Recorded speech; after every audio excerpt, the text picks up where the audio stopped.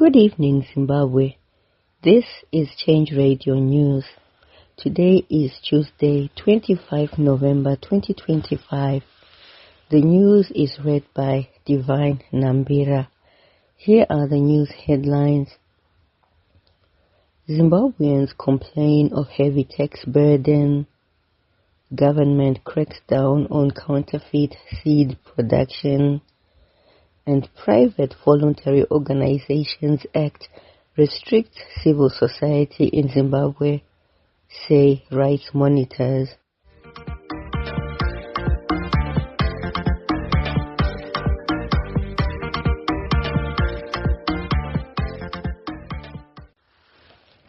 And now for the news in detail.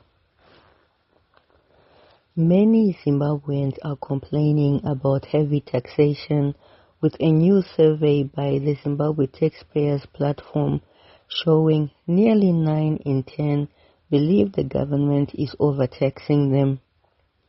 The survey comes ahead of this week's 2026 national budget. The respondents say the tax burden no longer matches their ability to pay, filing with ZIMRA is difficult, and there is little transparency on how the funds are used. It also shows formal businesses bear the heaviest burden, while informal traders largely evade tax. Most citizens want fewer and lower taxes and say political or social status often influences collection. Police and seed producers have launched a joint crackdown on counterfeit seed ahead of the 2025-2026 farming season.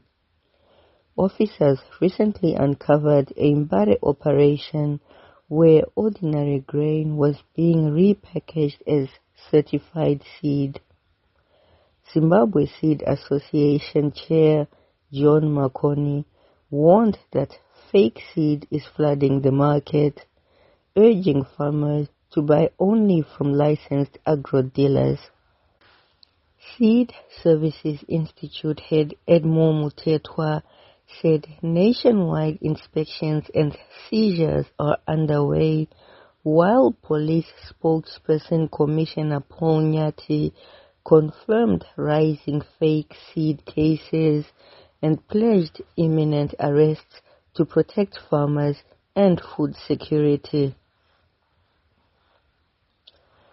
Rights monitors warn that the Private Voluntary Organizations Act is already reshaping Zimbabwe's civil society and restricting fundamental freedoms 7 months after it was signed into law. The legislation tightens registration and reporting rules for NGOs, expands executive powers, and imposes harsher penalties for non-compliance. Marvelous Kumalo of the Crisis Coalition says the act has crippled civil society operations, forcing human rights NGOs to act as lapdogs rather than watchdogs. He adds that limiting non-state actors undermines democracy by preventing citizens from holding the government accountable and demanding transparency. A disturbing video circulating on social media shows a young man allegedly shot by a Zimbabwe Republic police officer in Mazoe. The victim, who is reportedly mute, was unarmed at the time of the incident. Footage shows the aftermath, but the circumstances leading to the shooting remain unclear.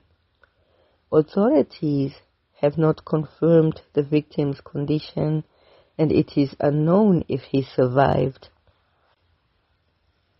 The Zimbabwe Republic Police has issued a strong warning about illegal gold dealing.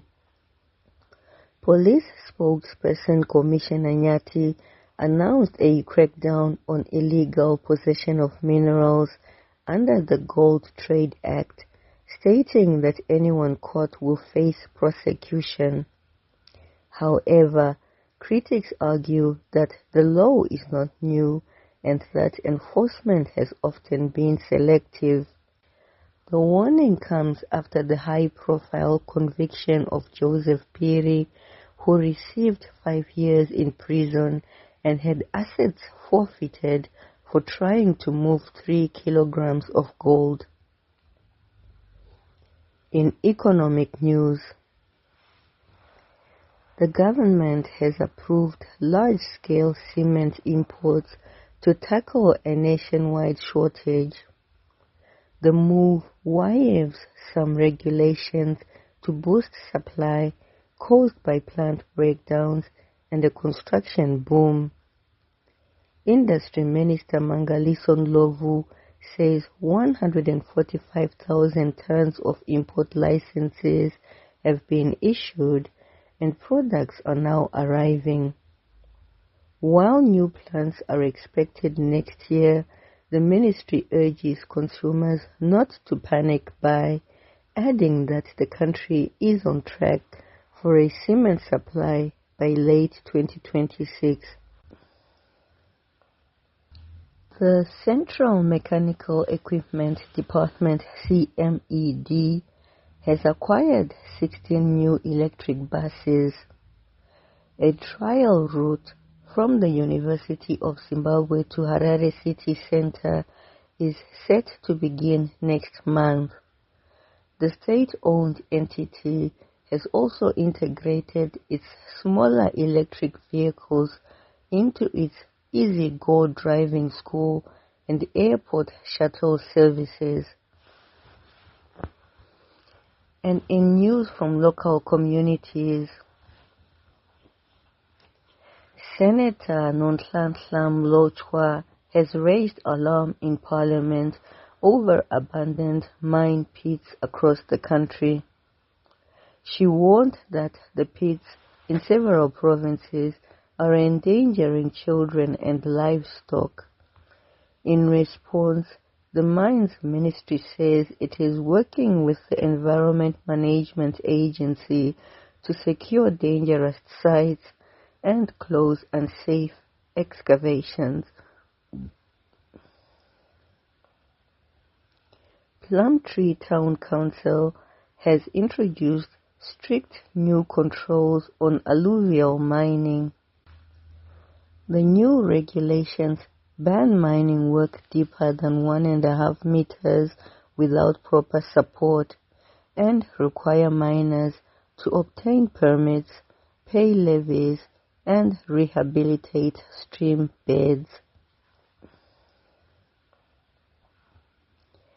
A man accused of raping a grade 7 pupil at Rizende bus terminus in Harare claims that a medical condition makes him incapable of the act. Givemore Mutape, who pleaded not guilty, has requested a medical exam to prove his claim.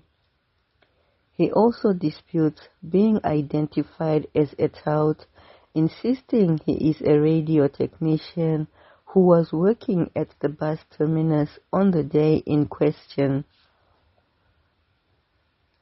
In international news, a United States Senate committee is calling for an independent investigation into killings following Tanzania's recent presidential election. Senators described evidence of mass graves as a cover-up for gross human rights violations.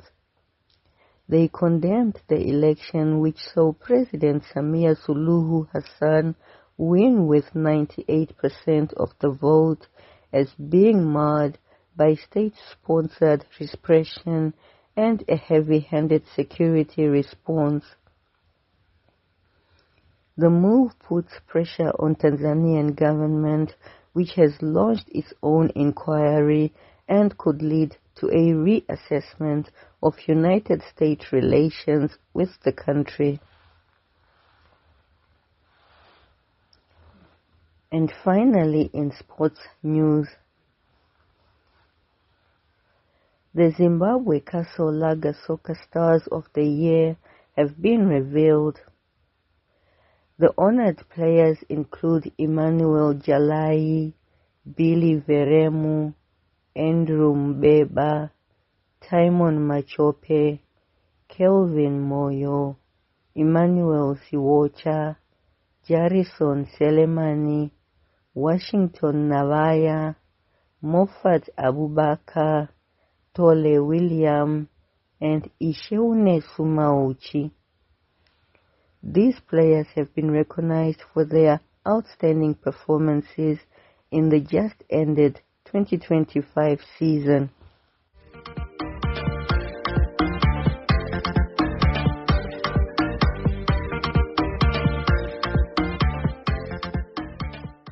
To end this news bulletin, here are the headlines once again. Zimbabweans complain of heavy tax burden. Government cracks down on counterfeit seed production. And Private Voluntary Organizations Act restricts civil society in Zimbabwe, rights monitors say. And that concludes our bulletin for today. We thank you for listening. From myself, Divine Nambira, and the entire team at Change Radio, we wish you a blessed night.